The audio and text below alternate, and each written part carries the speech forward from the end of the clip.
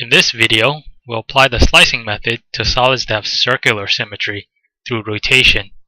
So suppose that you have a function f of x that's greater than or equal to 0 on the interval from a to b. We want it greater than or equal to 0 so that the graph lies above the x-axis. So now consider the shaded region here, and imagine taking the shaded region and rotating it about the x-axis. So what it'll look like when you rotate it around the x-axis is the following.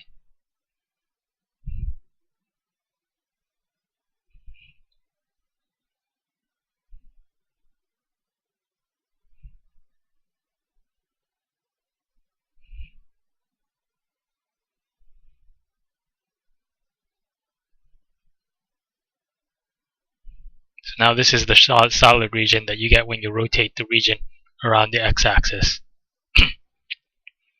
So now we want to try to compute the volume of this solid here. So from the slicing method, what you do is you choose some arbitrary point x in the interval, then imagine taking a cross-section through this point. So if I cut the solid through this point x here that I've marked, you can see that the shape of the cross-section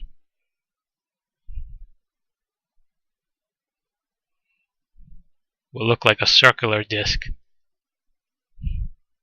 Right, so again, the shape of this cross-section is a circular disc. So you want to compute the area of this solid here.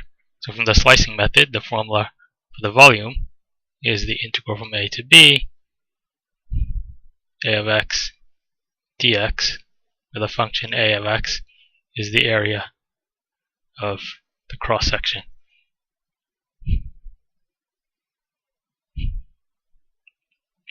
Okay, so now the cross-sections are circular discs,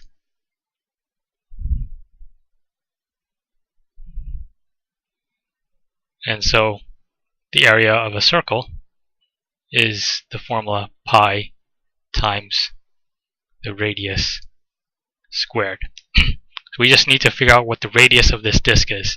So if you look, the radius is just the distance from the x-axis up to the function, and so the radius,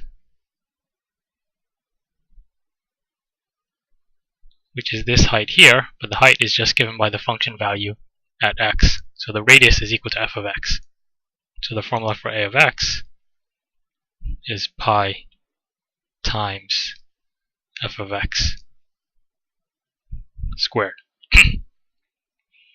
And so, using the disk method,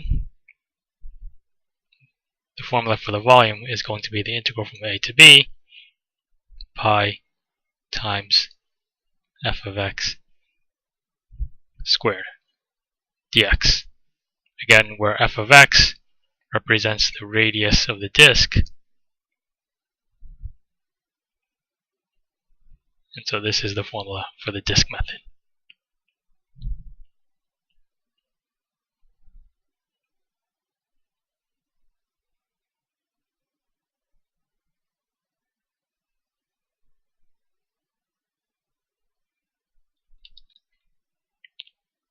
Okay, so let's try to apply the disk method to an example.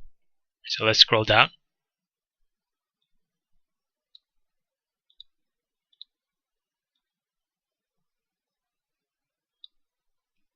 So let's take a look at this problem. So the problem states, let R be the region bounded by the function y equals cosine x, the y-axis, and the x-axis from x going from 0 to pi over 2. Right, so the region R is depicted in the diagram here. Right, so again, the function is y equals cosine x, and the interval is from 0 to pi over 2. Okay, so then the problem asks to compute the volume of the solid of revolution obtained by rotating the region about the x-axis. Right, so now imagine taking this region R and rotating it around the x-axis. So if we do that, then this region forms a solid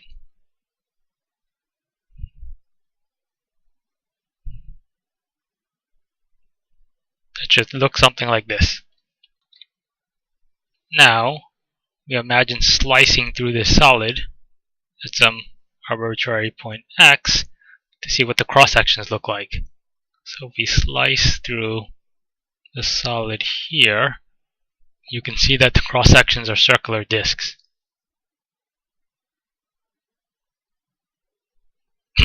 And so we want to use the disk method to compute the volume. Right, so computing the volume should be the integral from 0 to pi over 2. Using the disk method, the formula is pi times the radius squared dx. Now we have to figure out the radius. You see that the radius is the distance from the x-axis to the function. So the radius is equal to the function, which is cosine x. So to compute the volume, we have the integral from pi over 2 of pi times the function cosine x squared dx. Another way to write this is just as the integral from 0 to pi over 2 pi times cosine squared x dx.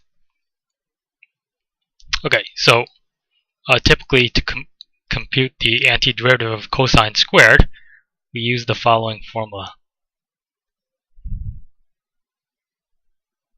So the half angle formula for cosine squared x is equal to 1/2 plus 1/2 cosine 2x. And so now the integral becomes the integral from 0 to pi over 2. So we can pull the pi out of the integral because it's just a constant, and then we replace cosine squared by this expression here. So 1/2 plus 1/2 cosine of 2x dx. Now taking the antiderivative, the antiderivative of 1/2 is 1/2 times x, and the antiderivative of cosine 2x is sine 2x over 2. So this is 1/2 times sine 2x over 2, and then we evaluate from 0 to pi over 2. So now, evaluating, if you plug in pi over 2 in here, you get 1/2 times pi over 2 plus 1/2, and then there's a 2 here, so the 2 times 2 becomes 4. So this is 1/4. And if you plug in pi over 2 into here, 2 times pi over 2 is pi. You get sine of pi.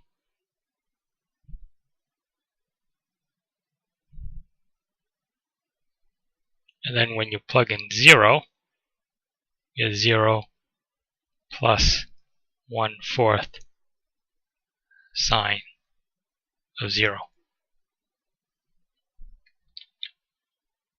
And then scrolling down a little bit to get more room. So now we just need to compute what this whole mess is. So 1/2 times pi over 2 is pi over 4.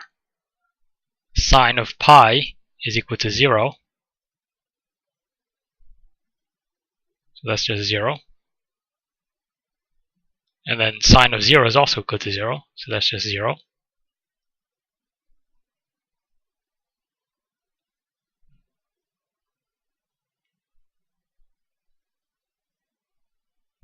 So then this is just pi times pi over 4. Scrolling down a little bit more. This is equal to pi squared over 4.